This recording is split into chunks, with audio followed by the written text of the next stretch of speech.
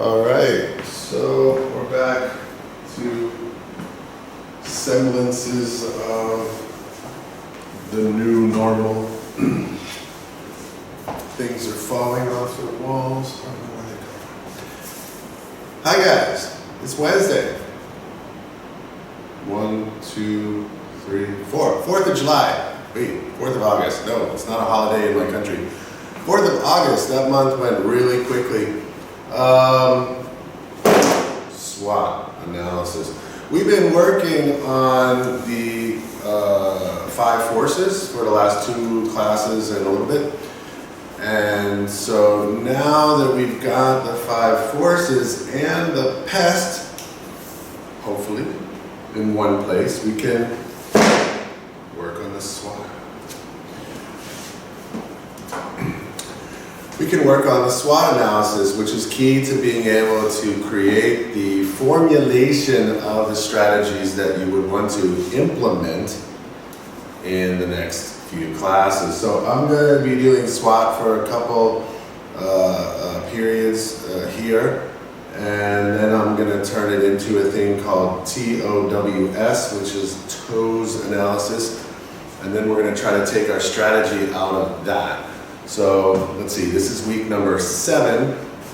So we have this week, and then we have next week, which is week number 8. And then this will be due at the end of that weekend. So right at the beginning of, I guess, 9 is when we'll have this due. Or the Sunday night, probably the Sunday night at midnight again. So without further ado, let's talk about it. Some of us know what SWOT means already. We have a pretty good idea about SWOT in terms of its general nature and the things that are different about the SW, which are part of the interior of the business and are controlled, hopefully, by us, versus the external environment, which is the opportunities and threats. A lot of times, the weaknesses and the threats are confused, right? The threats are external, so there are things like the economy is crashing or new laws are coming. They come from the pest, right? Social changes, public attitudes, technological change. So stay with that for T. The weaknesses themselves are things that we, can even, I'm going to put I'm going to show you a SWOT analysis that people do for themselves. I don't know if this was a project in India or Singaporean schools, business schools, but I saw online that there were these people who would do a personal SWOT about themselves to try to improve themselves. And it's kind of interesting. So let's at least overview the S and W first. I think we feel pretty good about the O and T, but why do we use a SWOT? Well, encourage open and honest conversation. Hopefully, when you're in a situation where you're going to affect the results of your business, you're not going to want to make up fantasy. You don't want to promote yourself too hard. You're not promoting to anyone. It's the way you look in the mirror. It's not about, when you look in the mirror, you kind of want to be honest with yourself, or else you're going to live a lie and you're going to basically go broke. It promotes collaboration, helps people get different viewpoints, share ideas, and get some sense of what's happening with what the whole team has been thinking. Sharing of ideas, brainstorming, maybe it comes up with some new ideas and some synergy from that. SWOT is good also because it's, like any brainstorm, you try to open up and then share all the things that come up and then decide what are really the most important things that need to be considered. So first you brainstorm and then you edit it down, and that's also true for you. You should be as open-minded as possible when you start your SWOT, and then try to boil it down to two or three critical things that are strengths, the real critical things. You don't want to have 8, 7, 6 different things. It makes it too complicated. Try to boil it down and edit it and narrow down what is really happening now. This is a current situation. To identify external factors, look at the competition. You can also see things from, okay, so that's the one difference between, like the O&T comes from the pest, but it also comes from the behavior of the competition, which is why we did the 5 forces first. The point of the 5 forces is to understand your competitive rivalry and the elements of your industry and market that can be unique, that are in the operating environment, in the competitive environment, not necessarily external factors. So you can definitely add, and that's what I hope you'll do, a factor from the 5 forces, right? You're supposed to apply the 5 forces to the environment, not necessarily the internal, the external environment. Be specific when describing internal factors. Don't just write brand image. It could be a strength or weakness. So that's true. Strengths and weaknesses tend to get bullet points with few words. Actually write the reason why it's at your first drafts, or at least like as something to add underneath in the paragraph below your SWOT analysis, is to explain the strength. Explain why it's a weakness.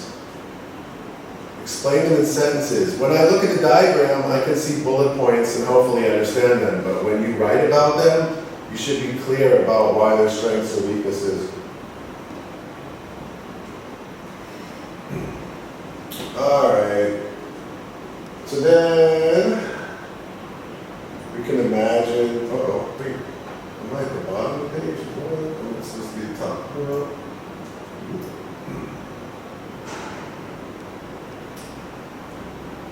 So obviously it looks like this on the first, when you use it like a SWOT, it looks like this. And when you use it in the toes, it will change.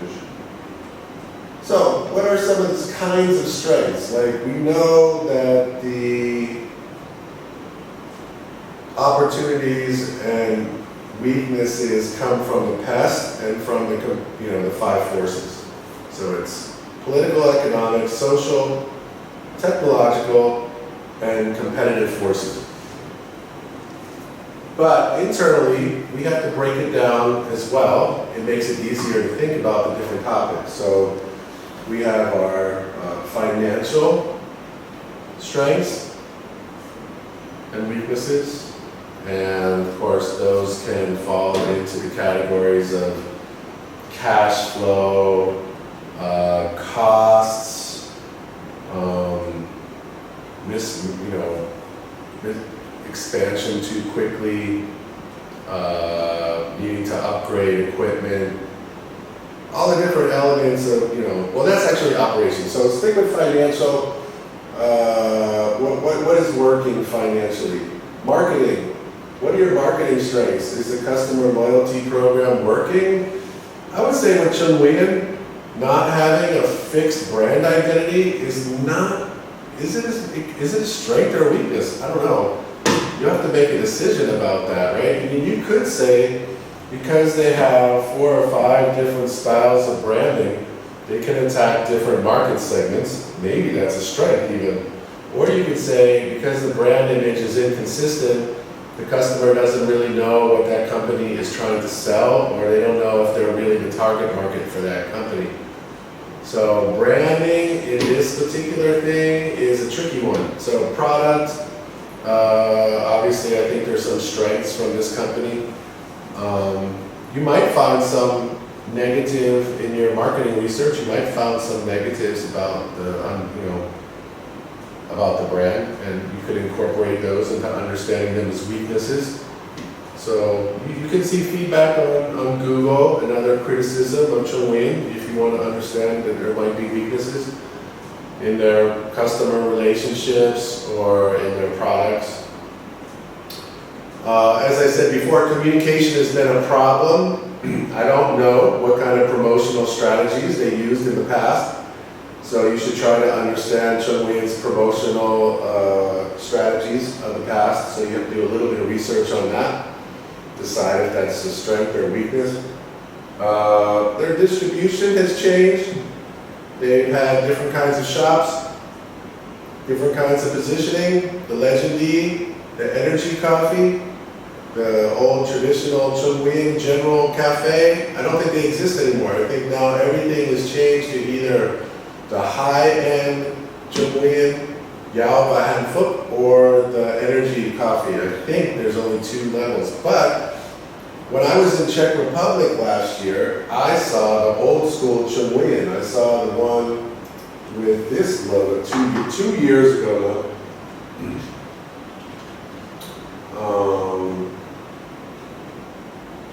And there's a lot of Vietnamese people who live in Prague, so that's why they're there, I guess. But you can see, here's their coffee shop that I passed. I was walking down the street on Vinohradska Street, and you know, I saw the old style Chungwin, the #1 coffee picture. And so they're still doing branding. Somebody's still doing branding like this overseas. So I don't see who is, actually have some information in a Czech place in Vietnamese. Do they have reviews? Let's see that.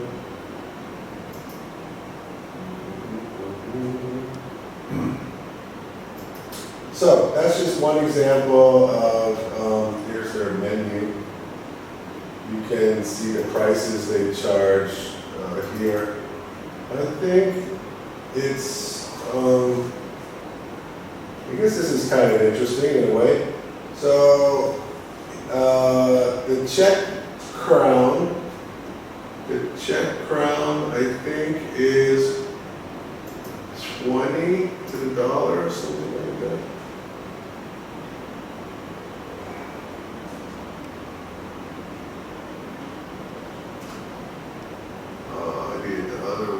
Reverse it.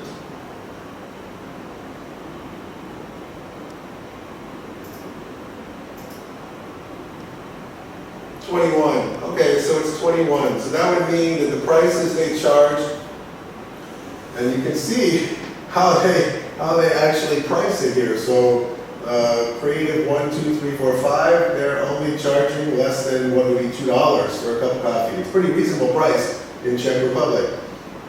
They add the condensed milk means SUA, so the SUA is 3 extra.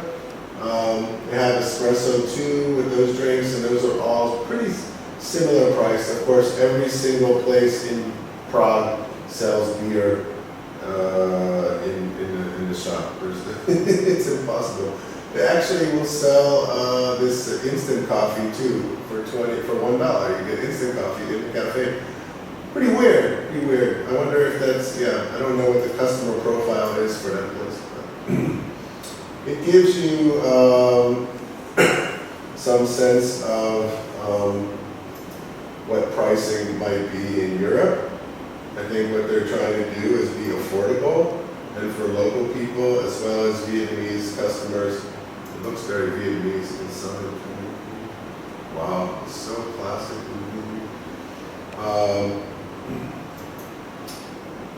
Okay, so that gives you some thinking for that. So you have financial strengths and weaknesses, you have marketing strengths and weaknesses, potential operating strengths and weaknesses, which is good. You can think about that from your first task. You could say distribution is part of operation also, maybe. Distribution strategy is marketing. Normal distribution supply chain problems are operations. So yeah, mostly that. Maybe human resources problems with staff. So you would have possibly operations problems with human resources, marketing problems, and financial strengths and weaknesses. So take those from the internal parts of the company. So that's for both strengths and weaknesses. Here's some examples. Company X, they have low overhead, which means they don't have high fixed costs. Customer support is highly rated on the internet. They have different ways of communicating with customers and a training program for new staff. So they didn't talk about financials at all, but they talked about marketing and operation, and they talked about human resources. Weaknesses, same thing, financial, marketing, operations. This company here they're talking about is, they're talking about high maintenance costs, I guess it's an airline? I don't know. High maintenance costs, fewer direct travel routes than our competitors, no uniform project management system to develop, and that's for products. So they don't have a research and development department, is what they're saying. Below average employee satisfaction. So even though they have a big, awesome training program, which is a strength, the employees who've been working there for a while are not satisfied in the job. And that needs to be understood. Why? So that's what I mean. Why is it a weakness? Try to figure out, like, okay, what can we do with that? So before I go on with this, if I do, I want to just look at this personal, somebody is like a student and they wanted to analyze themselves and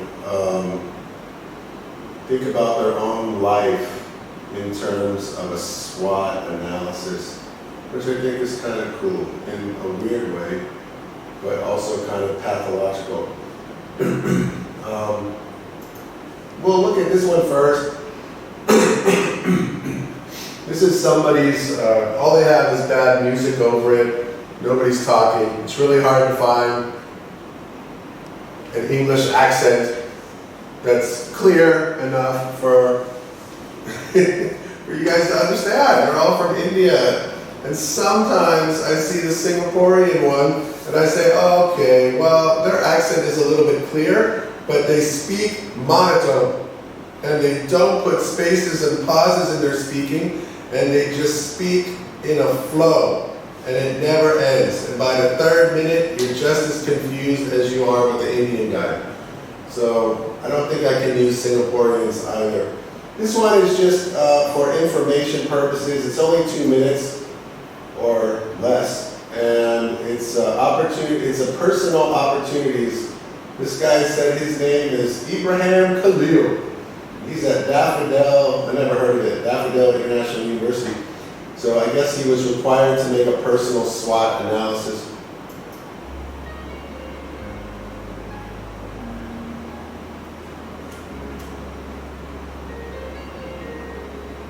So when he looks at himself with his strengths, he says, okay, I'm loyal. I'm also loyal, but sometimes that's my weakness because I just do everything that everybody asks and I never protect my own time. Reliable, yes. Hardworking, responsible, trustworthy, energetic, friendly, flexible, and sociable. So you could just say he has a good personality. And I guess those are clearly strengths mostly. But I think I might try to explain a little bit more how this benefits me into what goal. The SWOT analysis is to analyze the company so some strategy can be made. So you need to understand why things are strengths in terms of what your goal is, which is to improve the business or make become more profitable. This guy doesn't state his goals before he does his personal SWOT. And I think you have to know what your goal is to identify everything the right way. But he also says he has another strength. He's good at public speaking. Says he has some management skills and technical skills.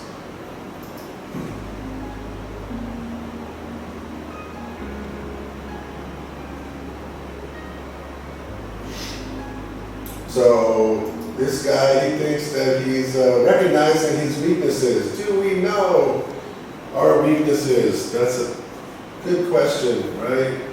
Companies also, if they're successful at all, can sometimes not be self-critical. This guy, he says he's overconfident, sometimes aggressive, easy to get angry, and also sometimes he just wants to do his work by himself. He doesn't really want to deal with other people in a team situation.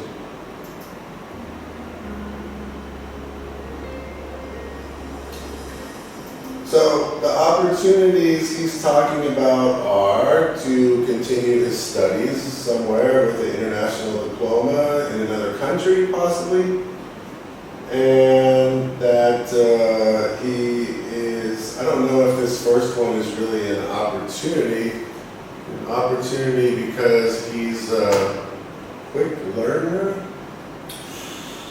I don't know. I would say definitely the second two are potential opportunities. I think he could also put in there that, you know, he's right now, like what's your opportunity also includes your opportunity cost. So yes, I could go to a university. Yes, I could go to a foreign country probably.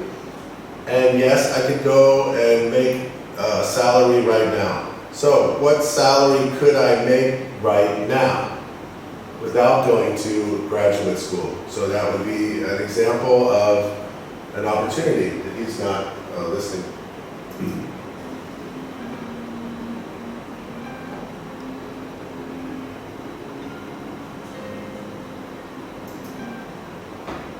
Threats. This is his life threats, not just the threats to his future career. I think maybe it's mostly career oriented, but also there's other things you could include in threats, like, you know, my mother is sick and I have to take care of her and I can't afford to go overseas, or money is a problem. But money is a weakness. Money is a weakness, not a threat. Threats are economic situation. So that's an E, P-E-S-T. Check your threats and make sure they go back to P-E-S-T or competitors. No professional working experience. So, inexperience is more of a weakness. If I wanted to put it as a threat, I would say that my competitors in the job market have more experience than me, right? My inexperience is a weakness of myself, but inside the threat, inside my job prospects, the problem is my experience puts me at a disadvantage compared to my competition. So that's how I would put it to make it a threat. Last, it says sometimes I'm often overworked and this negatively impacts my creativity. Okay, so I would put that in weakness again, of course. And then how can I talk about it in terms of a threat? I don't like, you know, other people have trouble working with me because I'm so independent or whatever. So that's a social problem, right? Okay, so we can also have technological, you know, I'll show you one more quick example with a different list here. This guy is talking about his personal SWOT and blocking it a little bit too. So he says that he has a strength, technical skills. I would agree, that's a strength. He's good at time management. He has emotional intelligence. And what does it say? Concentration. I don't know what he's talking about there. Weaknesses. He has a lot of stress, easily to distract, procrastination.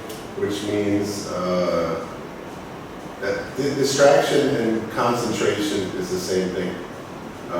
Procrastination means putting things off to the next day. Not doing what you can do today, but waiting till tomorrow. That's procrastination. So in general, I do believe that those are all clear weaknesses, that they're in the right place. His opportunities are, there's a new training team, he can join it. The resources, there's more resources he can gain to improve himself. He doesn't have to be in a rush to make his decision. That's a good thing. I guess help. And I don't know what that means, the last one. Threats. To him, his threats are staying in the present scenario. His threat is not changing because he knows that he needs to do something else. But it's easy to not change. Inflation, I don't know, maybe that's a personal thing with the money in that country. And inflation just means that he is going to lose he'll be worse off with his salary. And also technological change. So if you're in a technical field and you have tech skills, then it's possible that you need to keep updating and you might fall behind with the systems and knowledge that you need for this career to be competitive again. And here it says competition too. Competition is what he's saying there. So there's a lot of competition in the market. That's a threat. So you could do a personal SWOT about your future like that, which is kind of cool. Let's go to, I want to give some more examples of SWOTs for companies. In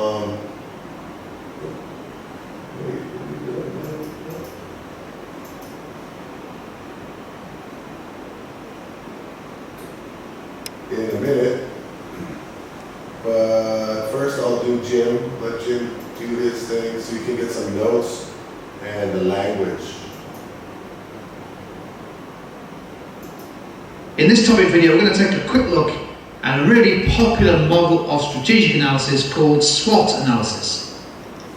Now, SWOT analysis is just one of several models that a business can use, that management can use to assess where their business is positioned, both in terms of what it's good at, its strengths and weaknesses, and also the factors that are outside of its control. In other words, the nature of the external environment. So SWOT analysis is quite unusual in the sense it looks both at the internal as well as external issues facing the business. The SWOT analysis framework is a really simple one to remember. SWOT, the acronym, stands for strengths, weaknesses, opportunities and threats. And the key thing to remember about SWOT analysis is at the top half of the table is all about the factors that are internal to the business, things that are within the control of the business. Whereas the bottom half, the opportunities and threats, are all external to the business. In other words, they are outside of the control of the business, but the business needs to respond to them. Key thing when you're looking at the top half of the SWOT analysis is to try and identify genuinely what the business does well.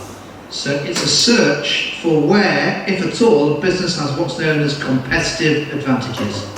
These need to be sustainable. This isn't just for a week or a month. These are genuinely significant, sustainable advantages that a business has over the competition. If it doesn't have any of those advantages, it really doesn't have any sustainable strengths. So a key part of identifying those strengths is to perhaps benchmark the business against the competition in terms of key measures. And linked into that is this idea of key performance indicators. Not 20 or 30 indicators, but what are the 3, 4, 5 key indicators of competitive strength? And do they indicate that the business has strength or weakness? The kind of things we might be looking for there, as we look for things the business is really good at compared with the areas where it is weak, would be measures such as market share, the proportion of the market that the business has, how profitable the business is compared with the competition. A key measure there is the operating profit margin, which is a key indicator of relative profitability. How efficient is the business? What are its unit costs? Is it able to operate at a lower unit cost than the competition? That would certainly be a key strength. Moving on to things which are perhaps a little bit more intangible, but not, to be fair, still measurable. To what extent does a business have strengths or weaknesses in terms of its brand, customer loyalty? And then could you also have a look at measures such as market capitalization, the value of the business, as a measure of strength or weakness? Perhaps also some other measures or key performance indicators about quality, perhaps customer service levels, the market reputation for quality, the extent to which customers complain about the business. Those are all areas that benchmarking and key performance indicators could identify as either strengths or weaknesses. The key thing when you're looking at the top half of the SWOT analysis is to really focus. Focus on the most important aspects. A SWOT analysis is a weak one if it's listing out 10 or 20 points under each heading. So it needs to be on the most important factors. And ideally the judgment that's made about whether something is a strength or a weakness should be independent, rather than just the senior management team doing their own SWOT analysis. Looking briefly at the bottom half. Well, that's the other thing too, right? Yeah, besides the idea that when you analyze ought to be a brainstorm that really people are honest about. Part of that honesty can mean that you don't do it at all, and you find someone who's objective, and you hire somebody to do the SWOT analysis for you, so you have a sense that it's real.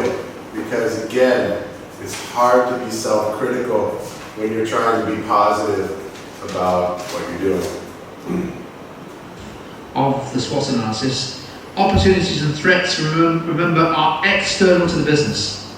And one threat to a business could be an opportunity to another. It all depends on how you perceive the factor. We've done a separate video on a model called pestle analysis, which is a really useful way of identifying the key factors in the external environment. And what the business needs to do in terms of SWOT is to identify whether those factors are opportunities or whether they're threats. Key with opportunities is, can you exploit them? Does the business have the resources? Does it have the strategy to take advantage of the best opportunities? In terms of threats, the key strategic challenge is, how do you defend against them? How do you respond? So, opportunities and threats. If it's an opportunity, the key issue, what do we do? How do we make the best use? How do we take advantage? Threats, how do we protect against them? And of course, this links really nicely with this whole issue of risk management and contingency planning. So overall, how useful is SWOT analysis? Well, I've mentioned already that it's quite distinctive in the sense that it looks at both the internal and external factors impacting your business. And I think it's a fairly logical, easy to understand model, isn't it? Strengths and weaknesses, factors within your control, opportunities and threats, factors outside of your control. Done well, SWOT analysis also focuses management on the key issue. Plus and minuses. The structure is clear and logical. It can be used to make strategy. The pest is a little bit less useful for that directly. And it also encourages the understanding of the external environment and the competitive environment at the same time. So the pest doesn't take into account those competitive factors. What's bad about a SWOT? Of course, the SWOT by itself doesn't really focus on a choice, kind of like the pest. That's why you have to take it to the next level with this thing called a TOES analysis, which is what we're going to do next class. The question of whether the information is really independent or, let's say, objective. Also, random facts like, or random external factors like a pandemic can blow up a lot of data really quickly. issues, the strategic issues. And in particular, it encourages management to look outside the business when it considers the external environment. Done badly, the SWOT analysis is usually far too detailed with too many points under each heading. And it lacks focus. Yeah, that's what I was just saying, right? You don't want to have too many points under each heading. You need to get a focus. And that's how I was trying to say it before, is that by cutting down to the main things that you can draw strategy from and that are most important, that's what you need to do. Don't have too many points under each one. And of course, a SWOT analysis is less useful if it's being done by the very team who make the strategic decisions. One final downside or weakness of SWOT analysis is that if you're not careful, particularly in a fast-changing external environment, the SWOT analysis can quickly become out of date. So you've got to keep on looking at the SWOT analysis and actioning it. That's been the introduction to the key. So I think from there, we're going to start to look at some examples of a SWOT analysis. This is one for Starbucks. It's okay. It's a good starting point, I guess.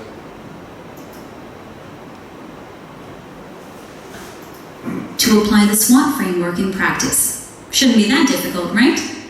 The company we'll examine is Starbucks, the well-known US coffee company and coffeehouse chain. It was founded in Seattle in 1971 and operates in several countries around the world. Let's start with the company's strengths. First, almost everyone knows its brand, right?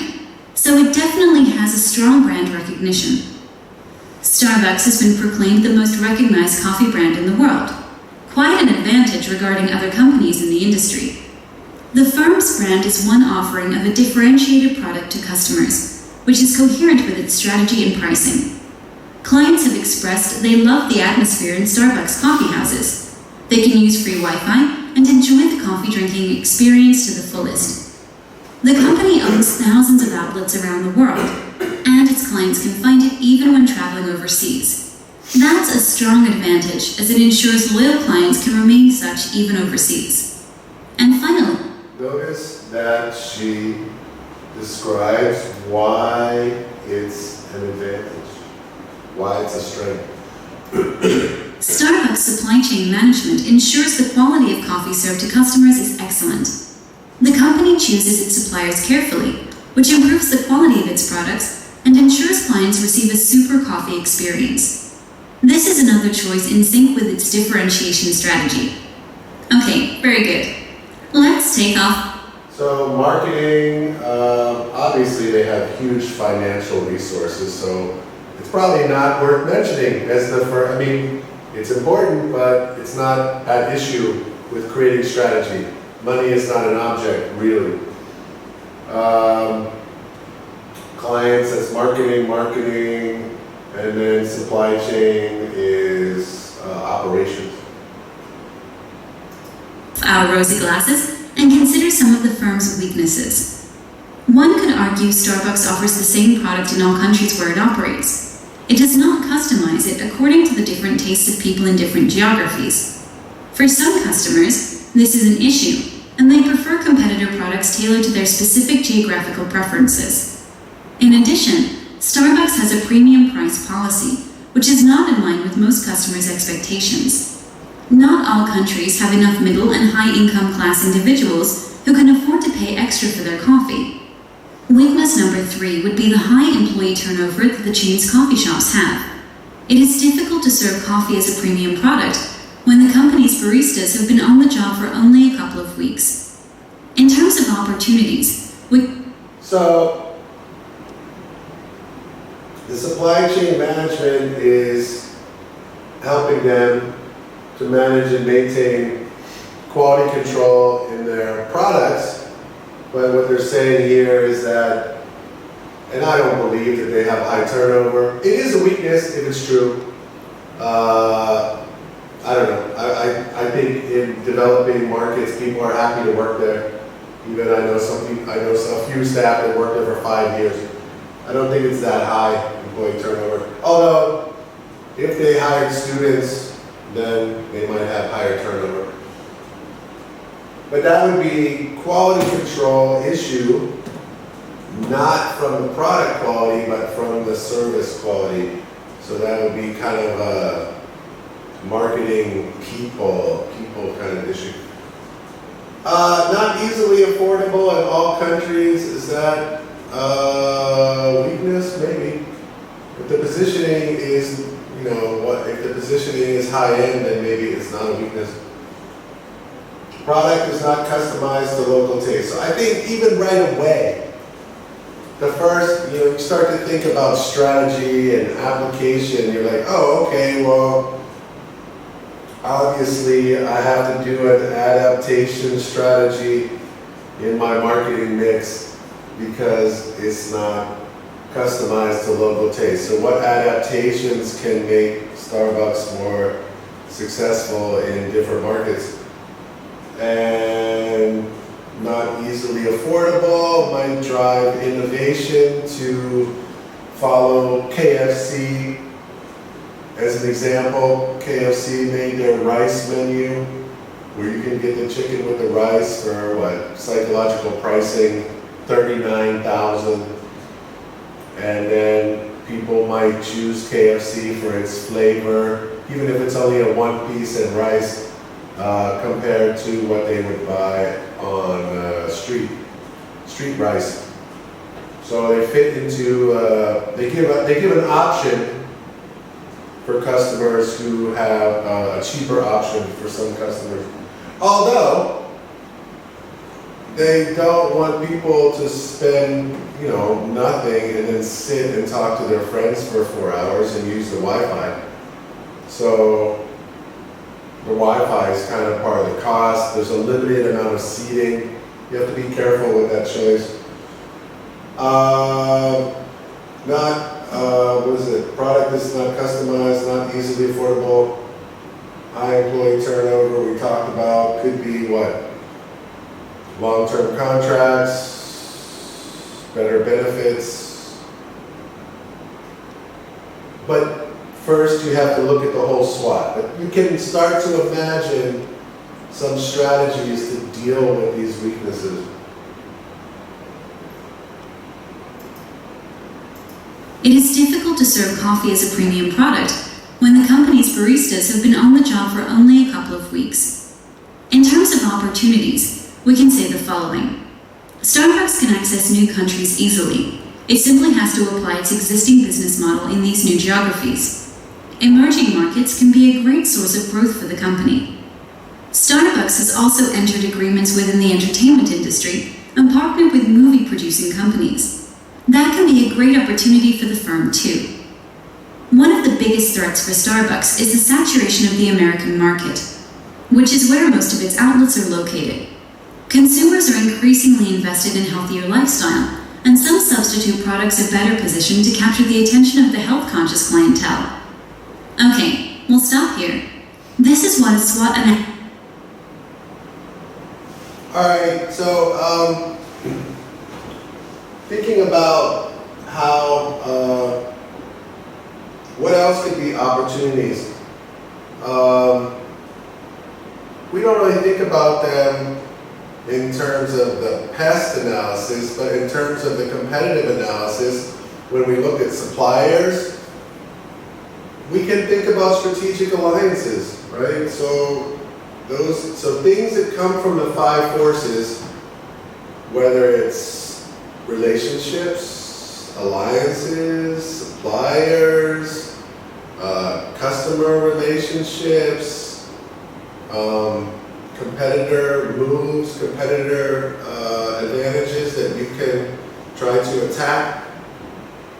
We can add things like strategic, a strategic alliance might be something that might be an opportunity. Starbucks, because of its brand recognition, is easy access to new countries. They don't have to pre-market in order to enter a new market. Whereas your company probably has to do some brand awareness, brand building. Unless you change the brand name. Do you have to keep the name Chongwen? No. You might want to keep the essence of the idea of Vietnamese coffee. But you might want to think about the word Nguyen, which is hard to pronounce. Or you could make a funny advertisement of people trying to say Chongwen. So agreements with movie producers is also an example of a strategic alliance. So in that case. Threats. Market is relatively easy to enter. So if you went from your 5 forces and you said that the force of new entrants in the market is weak, then because of those new entrants, then the market is too over, there's too many competitors, which keeps profits down. That's what saturation means. Saturation means there's too many competitors. Healthier lifestyle trends, I think they're kind of reaching in this example. I don't feel that there's a really clear case that there are. I mean, do people, I guess it's all about perception, so if people think that coffee is unhealthy, but what is the alternative? What alternatives are people exploring?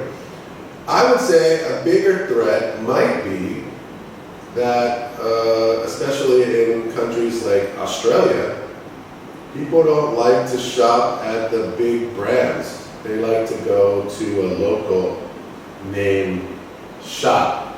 So if they go into a Starbucks, their friends might be, that's like going into McDonald's. That's like fast food. I don't want to go to a place that's a big company. Some customers in some countries don't really prefer that. So how could you deal with that? That's a question. If that makes sense to you, I don't know if it makes sense in Vietnam. People love the big brands, but in some countries it's like people try to avoid them. So that's a pretty good one. Let's look maybe at one more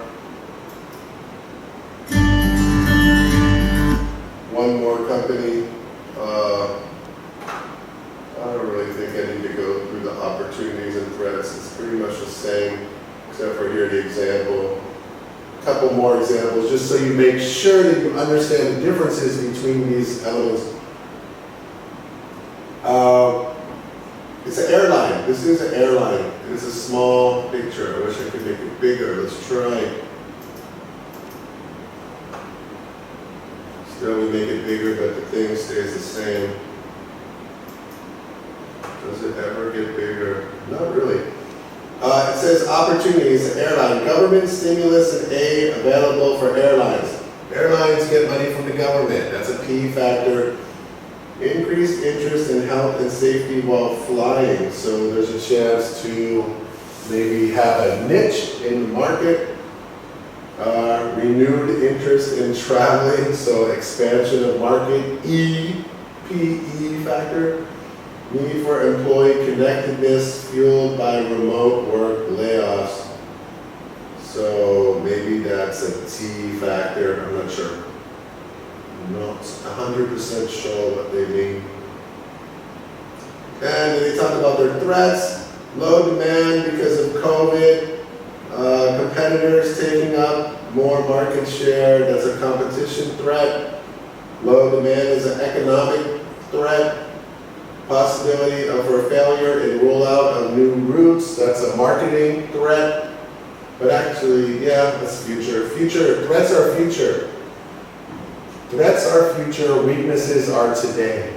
That's another way to think about it, time. Strengths and weaknesses are something that's present. Opportunities and threats are future oriented. Threats, reduce staff due to layoff. Okay, well, maybe the threat would be your staff won't accept coming back. which is what's happened in the US.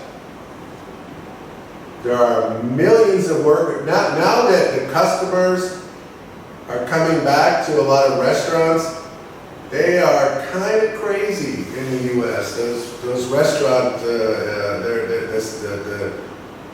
the American system of service is one where it's very much customer focused, to the point where customers can sometimes be rude to staff. And the staff realizes now, after a year of not working, their life is not really better or worse than it was when they were working. They're not even making that much money, and they're taking a lot of abuse by customers, and they don't even want to come back and work in those jobs unless they're going to be treated better. So that is a question. You know, if you had a company and your workers were already not feeling very,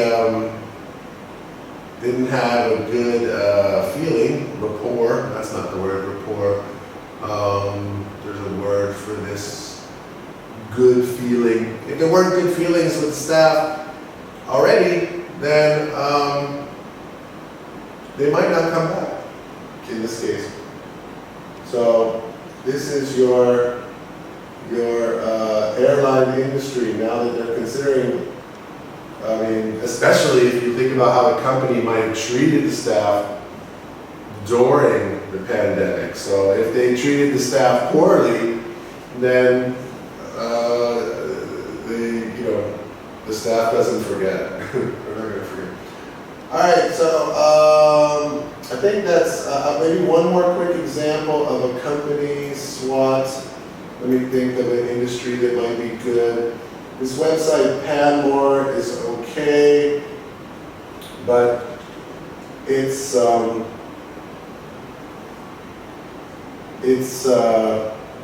will say that it has big companies. Your company is smaller than this, so your SWOT should, be thinking, not in such a high level of strategy.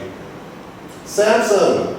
This is Samsung technology. Samsung makes so many products that you would almost think that you'd want to identify which product.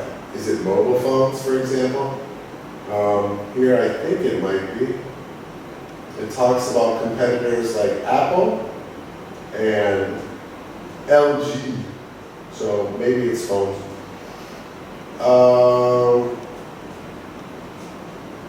So, Samsung's strengths, internal strategic factors, strong global brand, obviously, but Nokia had a strong global brand and it didn't stop them from falling. Samsung makes their own semiconductors, they make their own chips, and they have their own manufacturing, so they're mostly, I don't know if totally, but mostly vertically integrated. So they have a great advantage to have their own factories. And so there's a lot of synergy between their different departments, so they can share technology from the laptop department, share it with the phone department, smart TVs, and all the other things that they produce. So they have a good R&D department. Now, they have more than 3 strengths. They're just saying 3 of them that they think are particularly important at this time.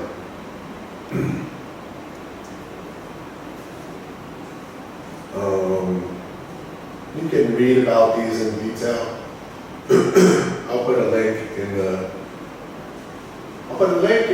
classroom. What are Samsung's weaknesses? Internal strategic factors. They say that it's a weakness that they can't really break through and take customers away from, that they're stuck with Android. Android is a system. So they can't take Apple's customers because they're iOS, and there's more and more competitors that use the Android system. So they're kind of getting pushed from both sides. And that's their weakness, is they're stuck with, they're dependent on what happens with the structure of Android. They lack a competitive, comprehensive platform for hardware, software, and services. I don't really understand. Let me try to understand it. For example, the company's smartphone operating system functions and related license are restricted because of Google's licensing. So Google has influence on Android, and Samsung can't really make them do anything. So they're stuck with whatever decisions Google makes. Okay, that makes sense. The other one, it says, lack of competitive platform to rivals Apple's ecosystem of hardware, software, and services. This internal strategic factor makes Samsung relatively weak in the increasing switching cost of its customers. I see. So if you go back to the 5 forces, then you can say that it's hard to switch from Apple to Samsung because you have to switch from your brain. Customers have to switch their brain from iOS to Android. They also have to switch how they interface and the user experience. They also have to change their Apple Pay. All the services that Apple offers, Apple Pay, there's a bunch of them. There's like all these things that are like the Apple Wallet and the way that the Apple connects to the Facebook and all these things. So you have to change the way that you deal with all your apps inside the Android system on the Samsung phone. So a lot of the services that Apple provides are trying to keep their customers locked in to the Apple ecosystem, is what they call it, the ecosystem of Apple products. So it's hard to switch. Now, Samsung, on the other hand, they can't really create as many, they have a Samsung Pay or something, but they can't really create as many singular apps because people tend to use the Samsung phone not as a separate ecosystem, but as just a phone with apps and things that it can do, which can easily switch to Oppo or switch to Huawei, and they don't really have to do much. They can switch overnight to a new phone, and most of the operating system and apps are basically functioning exactly the same. So that's what they mean there. Their platform for hardware, software, and services is not unique. So it's not really, it's got no niche. So they're just a phone. They're kind of becoming less software and more hardware, whereas Apple's got a software advantage.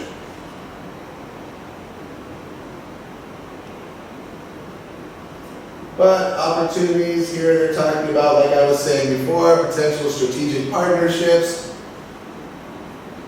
strategic alliances, that is, with software developers. Maybe they can find a way out of the software problems, and also maybe work with Zalos and the operating system, online services companies.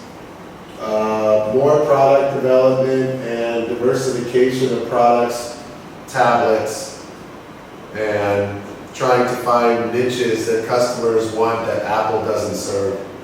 They have a big enough organization for R&D to do that. So yeah, I can apply the R&D advantage in the strength and then apply that to the opportunity that I have, that I can get diverse products that are going to create new niches.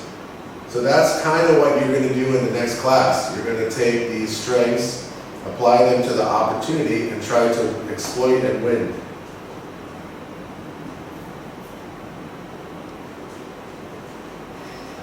Threats, competition, especially from other Android phones, actually. Here they just list them. It's a little bit old. I don't think LG, yeah, they're kind of mixing laptops in with phones here. But yeah, tons of competition and hard to differentiate. Imitation of consumer electronic products. So they're saying Chinese copies. There you go. That's a threat, right? People are going to make Samsungs that aren't Samsungs, that look like Samsungs but aren't.